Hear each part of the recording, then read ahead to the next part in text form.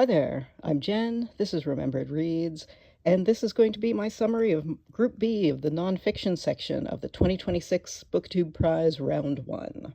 I'm going to chat about these books in the reverse order that I ranked them.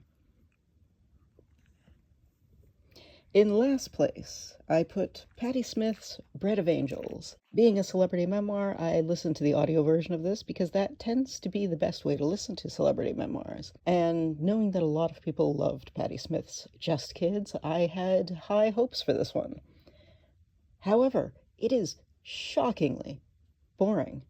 There is a section in this where she's discussing her brother being almost stabbed in the face by Sid Vicious, and it is genuinely told in the driest and least interesting way possible. And so you might think, well, maybe only the celebrity sections are dry. But even the sections about her childhood, growing up, and family and whatnot was incredibly boring, shockingly boring. I don't think I've ever encountered a memoir in which someone's had an interesting enough life, but their telling of it is incredibly dry. Looking at reviews, I've seen a number of people who loved this, so I think if you are a huge fan of Patti Smith, you will still enjoy this.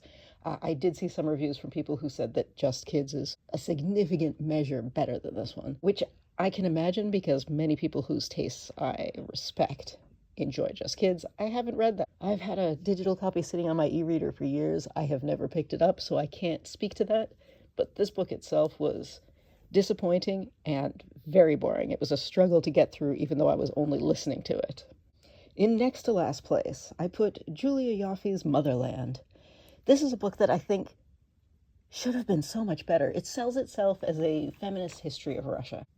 And there are things that it does well, because I think for a presumably Anglo-American audience, which this is written for, it is providing a lot of modern history that I think a lot of, again, Anglo-American audiences won't be familiar with, especially this bits about the early days of the Soviet social experiment and how the roles of women changed very drastically and then were rolled back later. All of that is interestingly told, but sometimes simplified in a way that I thought was sometimes overly simplified in a way that maybe doesn't matter if this is the first thing that someone's going to read and then they're going to go and read more in-depth things later.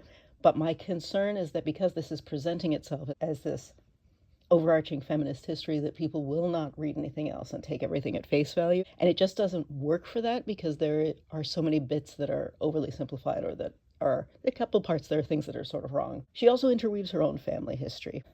And that's fine, but it doesn't necessarily flow perfectly. And the examples from her own family exist within the context of the broader history of Russia, but I didn't feel like they were interwoven in a way that felt natural, which I think matters because there's another book in this group that also interweaves personal history with broader history, and I think that one did it better. This one just didn't flow the right way. It felt like the family history and the history of modern Russia could almost have been two separate books.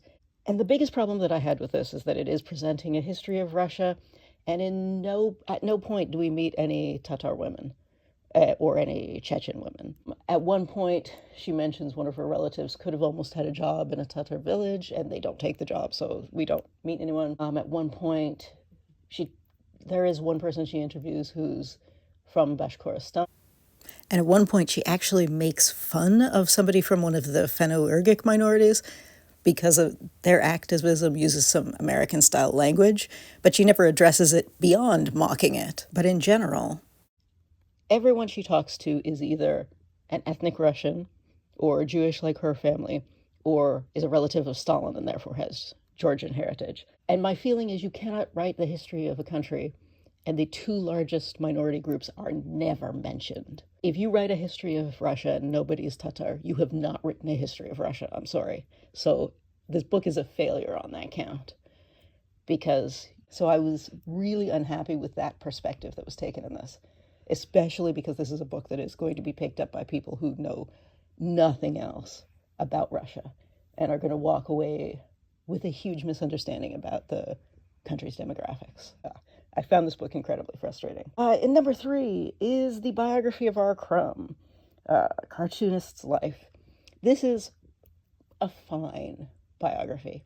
I think if you have seen the documentary from the 90s, this doesn't really add much, aside from the fact that R Crumb's sisters participated in this one, whereas they didn't participate in that documentary. And there's a bit more about his family and a bit more of a long view just because it's been 30 years. But overall, I didn't feel like this added anything else to my understanding of R. Crumb as a cartoonist or of his position in the history of the Anglo-American comics industry and style and whatnot. I think if you haven't seen the 90s documentary, it's worth picking up.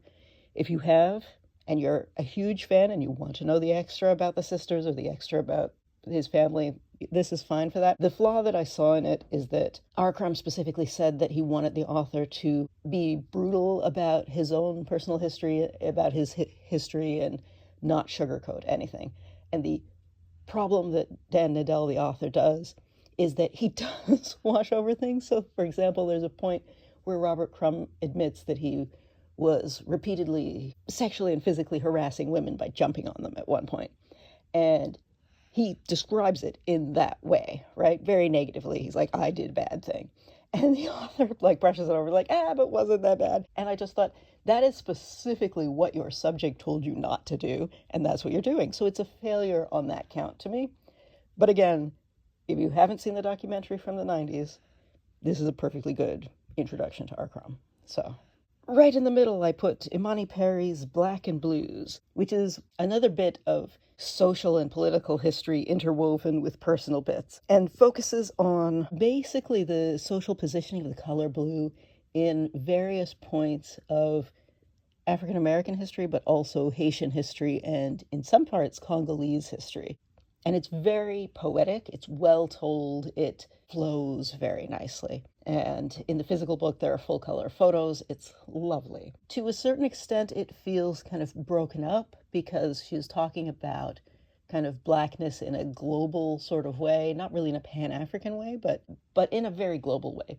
And that feels slightly odd because if it were exclusively, I think, about the kind of US American context and maybe as well the Haitian context because there's so much overlap there. But as soon as she starts bringing in Central Africa, the social forces at play are a little different in a way that made me wonder if we didn't need more depth to that conversation, but we're not really getting historic depth here because this is fundamentally an artistic look at things. So it's a really interesting tone and it's very well done and compellingly written, but it does raise questions and again is the kind of book where it made me think, okay, I need to go through the notes and read more about some of the other contexts because I wasn't convinced that the non-US and non-Haitian bits were presented with enough context, which I think the average, again, Anglo-American reader is not going to necessarily have on hand when they read this. Very nicely done, though. Like the flow of this book is fantastic.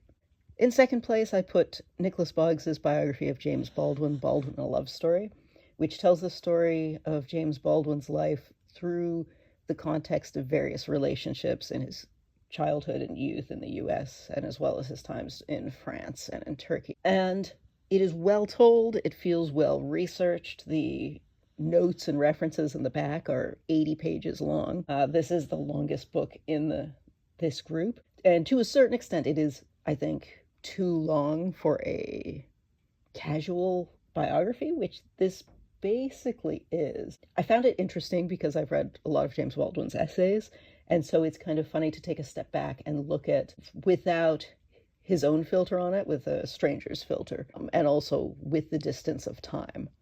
So I thought this was a really interesting read. I don't necessarily know how interesting it will be for people who haven't read a lot of Baldwin's writing on his own life, just because it provides an extra amount of content. And I feel like the book is slightly too long for a lot of casual readers. But I think if you are interested, if you are a fan of James Baldwin or interested in learning about the context in which some of his writing sprung from, yeah, it's definitely worth picking up.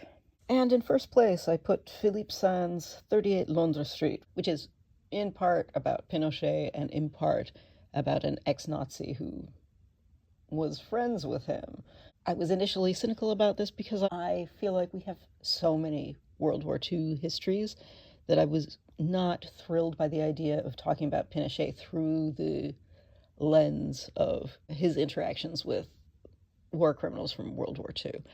However, I was wrong to be cynical about this because this is a really excellent interweaving of, because it's actually a really excellent history in terms of showing how one set of war crimes can lead into the other. And Philippe Sands is a lawyer who works in crimes against humanity and mentions in the first chapter that he was offered a position on the defense team for Pinochet when there was an attempt being made to have him extradited for trial when he was in hospital in the UK. And the author goes home and says he's, thinking about being on this defense team, and his wife says, "You can do that, but I'll divorce you," because she had a cousin, or her mother's cousin, who was killed in Chile when Pinochet was in power. And Sands himself later realizes that one of his great aunts was killed during the Holocaust, in a way that was related to Pinochet's ex-Nazi friend. So it all ties together in a way that I think flows better than, say, a book like Motherland, where the family story fits in the context of the history but isn't immediately connected to the history in the same way. I think if you've read Sands's East-West Street, you're familiar with his writing style, which I find to be quality storytelling while still imparting history and legal information, which is a nice combination because I think that can be challenging for those to flow nicely. So yeah, this is just a book that works and is successful at all of the things that it's trying to do. So I would say that of the books in this group, this is the one that both succeeds at everything that it's trying to do and also produces something that is readable, I think, for a wide audience, but also for an audience that knows something about the history and isn't going to feel unsatisfied on that front either. And I'm looking forward to seeing how everybody else ranked these. Yeah, that's it for now. Ciao.